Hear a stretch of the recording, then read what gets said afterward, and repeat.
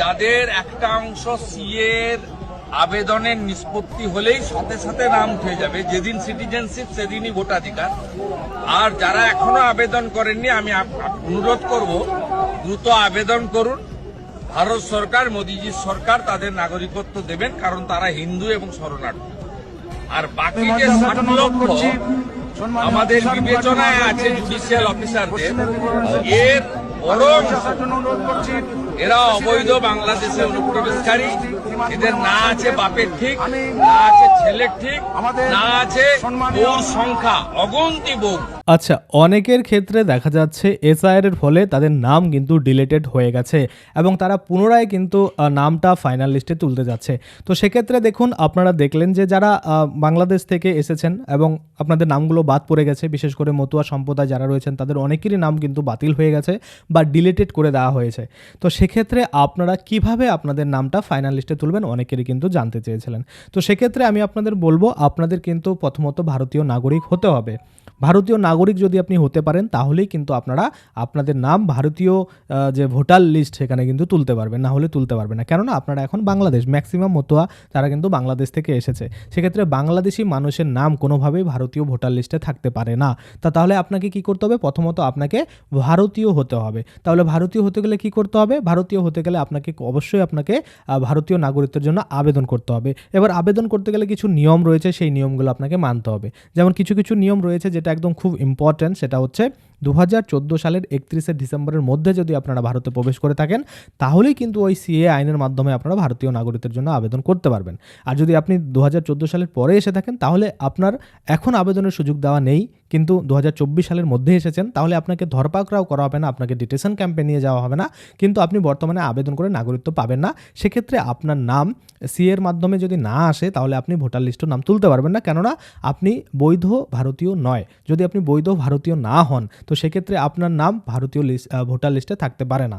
এবার অনেকেই আছেন যারা কিন্তু 2014 সালের মধ্যে প্রবেশ করেছেন, কিন্তু সিএতে আবেদন করেছেন, নাগরিকত্ব পেয়েছেন, তো সেক্ষেত্রে আপনারা কিন্তু আপনাদের নাম পুনরায় ভোটার লিস্টে তুলতে পারবেন। এবার অনেকেই রয়েছেন যারা আবেদন করতে পারছেন না কোনো ডকুমেন্টসের অভাবে, অনেকেই রয়েছেন আবার ডকুমেন্টস জোগাড় করেছেন, আবেদনও করেছেন, কিন্তু সেক্ষেত্রে আপনার এখনও অ্যাপ্রুভাল পায়নি। তো দেখুন, যেদিন আপনি অ্যাপ্রুভাল পাবেন সেই দিনই কিন্তু আপনি ভারতীয় ভোটার কার্ডে আপনার নাম তোলার জন্য আবেদন করতে পারবেন। এবং অবশ্যই সেটা যদি খতিয়ে দেখে আপনার ডকুমেন্ট চেক করে যদি মনে হয় যে না আপনি বৈধ ভারতীয় হয়েছেন, সেক্ষেত্রে আপনার কিন্তু নাম ফাইনাল লিস্টে উঠে যাবে। এটা হলো যে যাদের এসআইআর এর ফলে যে নামগুলো ডিলিটেড হয়ে যাবে, তাই না? এবার অনেক মানুষ রয়েছে যাদের কিন্তু অন্যান্য ভুলের কারণে ডিলিট হয়ে যাবে।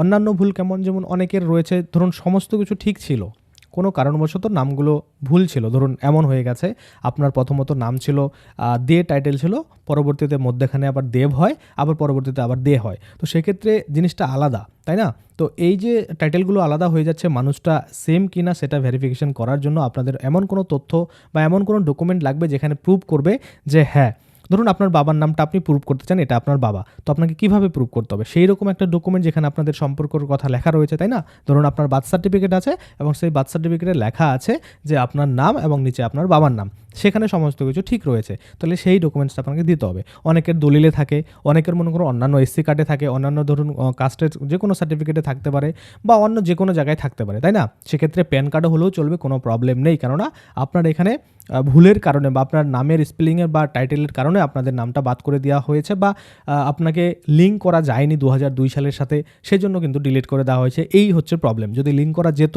বা লিঙ্ক করা সম্ভব হয়নি বলে আপনার নামটা বাদ পড়েছে, সেক্ষেত্রে আপনারা কিন্তু অনেকেই আছেন যারা কিন্তু অন্যান্য ডকুমেন্ট দেখে নিজেদের নামটা কিন্তু আন্ডার অ্যাডজুডিকেশন থেকে আপনারা মোটামুটি এখন অ্যাপ্রুভালে চলে আসছেন। তো এইভাবেও কিন্তু আপনাদের যে নাম ডিলিট হয়ে গেলে আপনারা পুনরায় কিন্তু আপনাদের নাম তুলতে পারবেন। তাছাড়া কিন্তু আপনারা জানেন এখন নতুন বলা হচ্ছে যে ট্রাইব্যুনালে গিয়ে আপনি করতে পারবেন, আপনার যে নামটা বাদ হয়ে গেল কেন সেটার জন্য আপনি ওই ট্রাইব্যুনালে গিয়ে কিন্তু আপনাদের যে বক্তব্য সেটা রাখতে পারবেন, ক্লেম করতে পারবেন, আপনার যদি বৈধ কোনো নথি থাকে সেটা এখানে শো করতে পারবেন এবং পুনরায় কিন্তু আপনার নাম আপনার যে ভোটার লিস্ট সেখানে কিন্তু নিয়ে আসতে পারবেন বা ভারতীয় ভোটার লিস্টে কিন্তু আসতে পারে। তো সেক্ষেত্রে এই প্রসেসগুলো কিন্তু আপনাদের করতে হবে। এবার অনেকেই আছেন যারা এত ঝামেলা পোহাতে চান না, সেক্ষেত্রে ঝামেলা যদি না পোহান তাহলে আপনাদের নামটা তোলা অনেকটাই কঠিন। তাহলে সেক্ষেত্রে আপনারা কি করবেন? আপনারা প্রথমত দেখবেন যে আবেদন করবেন সিও দপ্তর, ডিও দপ্তরে, যদি না হয় তারপরে আপনারা আস্তে আস্তে এগোবেন, অর্থাৎ জেলা দপ্তরে না হলে রাজ্য দপ্তরে, তারপর কিন্তু আস্তে আস্তে আপনারা মনে করুন যে ট্রাইব্যুনাল রয়েছে ট্রাইব্যুনাল অবধি কিন্তু চলে যাবেন। এবার কথা হচ্ছে এই মনে করুন যে আপনি আবেদন করলেন, আপনার নামটা ডিলিট হয়ে গেল, আবেদন করলেন, সেক্ষেত্রে আপনার নামটা কতদিন পরে আসতে পারে, তাই না? এবার অনেকেই দেখবেন যে আপনাদের নাম খুব দ্রুত কিন্তু এখন আসা শুরু করবে, কেননা যারা নতুন করে আবেদন করেছে তাদেরও কিন্তু দেখবেন যে এই যে সাপ্লিমেন্টারি লিস্ট সেখানে কিন্তু নাম চলে আসবে, কেননা এখন কিন্তু প্রচুর পরিমাণে আধিকারিক কিন্তু রয়েছে যারা কিন্তু ভেরিফিকেশন করছে। শুধুমাত্র ওয়েস্ট বেঙ্গল নয়, আপনারা জানেন যে বিহার বলছি, উড়িষ্যা এবং ঝাড়খণ্ড থেকে কিন্তু আধিকারিক যুক্ত রয়েছে এবং তারা কিন্তু এই ভেরিফিকেশনগুলো করছে। তো সেক্ষেত্রে দ্রুত কিন্তু নিষ্পত্তি করা সম্ভব হচ্ছে। যেমনটা আমরা দেখছি এই যে আন্ডার অ্যাডজুডিকেশন রয়েছে মোটামুটি 60 লক্ষ প্লাস, তো সেক্ষেত্রে আজকে অবধি মোটামুটি 25 লাখের উপরে কিন্তু নিষ্পত্তি হয়ে গেছে, অর্থাৎ যাদের নাম ফাইনালিস্টে ওঠার তাদের উঠে গেছে এবং যাদের উঠার নয় তাদেরগুলো ডিলিট করে দেওয়া হয়েছে।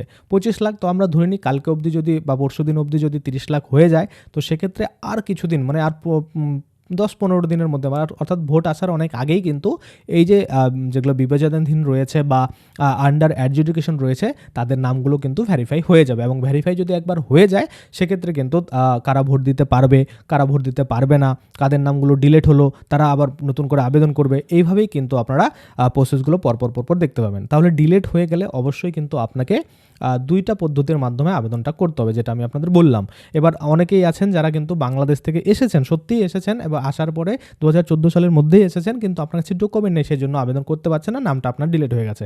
তো ডকুমেন্ট নেই এটা বললে হবে না, আপনাকে কোনো না কোনোভাবে ডকুমেন্ট জোগাড় করতে হবে। যেমন আমি আপনাদের বলি, ধরুন আমি ভারতীয়, এখন যদি বাই চান্স আমি বাংলাদেশে চলে যাই এবং বাংলাদেশের সরকার যদি আমাকে বলে যে আপনি যে ভারতীয় সেটার প্রুফ দিন, ভারতীয় যে কোনো একটা ডকুমেন্ট দিন, তাহলে আমি কী ডকুমেন্ট দেবো? ধরুন আমি কোনো ডকুমেন্ট নিয়েই যাইনি, তো সেক্ষেত্রে কীভাবে? তো আমাকে আমার এখানে যারা রয়েছে তাদের সাথে কন্ট্যাক্ট করতে হবে যে আমার ভোটার লিস্টে এত নাম্বার সিরিয়ালে আমার নামটা রয়েছে, সেটা স্ক্রিনশট করে পাঠিয়ে দাও বা ডাউনলোড করে পাঠিয়ে দাও, বা এমন বলতে হবে যে আমি অমুক দপ্তরে আমি চাকরি করতাম, সেখানে আমার স্যালারি স্লিপ রয়েছে, সেটা পাঠিয়ে দাও, বা যে কোনো কিছু এরকম। তো সেখানে আপনি যে বাংলাদেশে থাকতেন অবশ্যই আপনার কিছু না কিছু তো ডকুমেন্টস ছিল, অনেকের জমির দলিল থাকে, অনেকের ধরুন সেখানকার কোনো কার্ড থাকে, এরকম যদি থেকে থাকে, ওখানে আমি কোনো হসপিটালে আপনি মানে ভর্তি হয়েছিলেন সেটার কোনো কাগজ রয়েছে, বা আপনি ধরুন কোনো কাজ করতেন সেখানে আপনার স্যালারি দিত, বা সেখানে যে কোনো একটা মানে আইডেন্টি কার্ড ছিল, থাকতে পারে।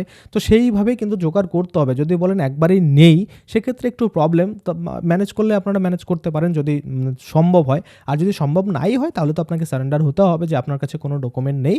যদি মনে করুন কোনো মানে পদ্ধতি থাকে অবলম্বন করে আপনারা পাবেন নাগরিকত্ব, সেই ক্ষেত্রে সেটা কিন্তু পেতে পারেন। যার জন্য আপনাদের কি করতে হবে, যারা এই সিএ ক্যাম্পগুলো চালায়, যেমন আমি আপনাদের এর আগে দিয়েছিলাম একটা নাম্বার, ডক্টর বাবুলাল ওয়ালা যে স্যার রয়েছে, ওই স্যার কিন্তু আপনাদের এই সমস্যাগুলো সলিউশন করতে পারবে। কি করতে হবে, কীভাবে কী করতে হবে সমস্ত কিছু বলে দেয়।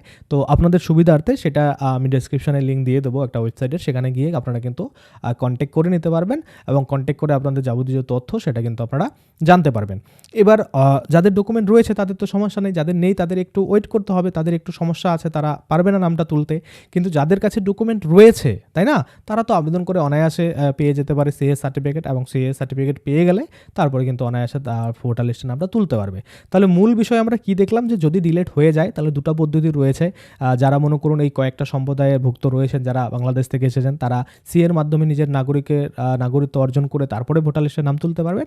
আর একটা হচ্ছে ধরুন আপনি এই দেশেরই, আপনার বৈধ কিন্তু ডকুমেন্টের কারণে আপনার বাদ করে দেওয়া হয়েছে বা বাদ হয়ে গেছে, সেই আপনার ভুলভাল ডকুমেন্ট মানে ইসের জন্য, সেক্ষেত্রে আপনি যদি ঠিক ডকুমেন্ট সাবমিট করতে পারেন তাহলে আপনার নাম কিন্তু অবশ্যই চলে আসবে, বা আপনার নাম কিন্তু অবশ্যই মানে ফাইনালিস্টে আসবে। এবার দেখুন ট্রাইব্যুনালের ব্যাপারটা অনেকটাই ক্রিটিক্যাল। অনেকেই আগের দিন বলছেন যে ট্রাইব্যুনাল যতটা শুনতে সোজা লাগে ততটা কিন্তু সোজা নয়। দেখুন কোনো কাজই সোজা নয়, আবার কোনো কাজই কিন্তু হার্ড নয়। আপনি যদি কাজটাকে বোঝেন তাহলে অনেকটা সোজা মনে হবে, যদি আপনি কাজটাকে না বোঝেন তাহলে কিন্তু অনেক হার্ড মনে হবে, তাই না? তো সেক্ষেত্রে প্রবলেম যখন হয়েছে একটু তো কষ্ট করতেই হবে, যেভাবে হোক নিজেদের নাগরিকত্ব নিয়ে প্রশ্ন উঠেছে, সেক্ষেত্রে আপনাকে প্রমাণ করতেই হবে যে আপনি ভারতীয়, তাই না? তো সেক্ষেত্রে একটু খাটতে তো হবে। এবার এই নিয়ে আমি আপনাদের জন্য ভিডিও বানাতে থাকি, যা প্রবলেম হয় আমি আপনাদের জন্য ভিডিও বানাই।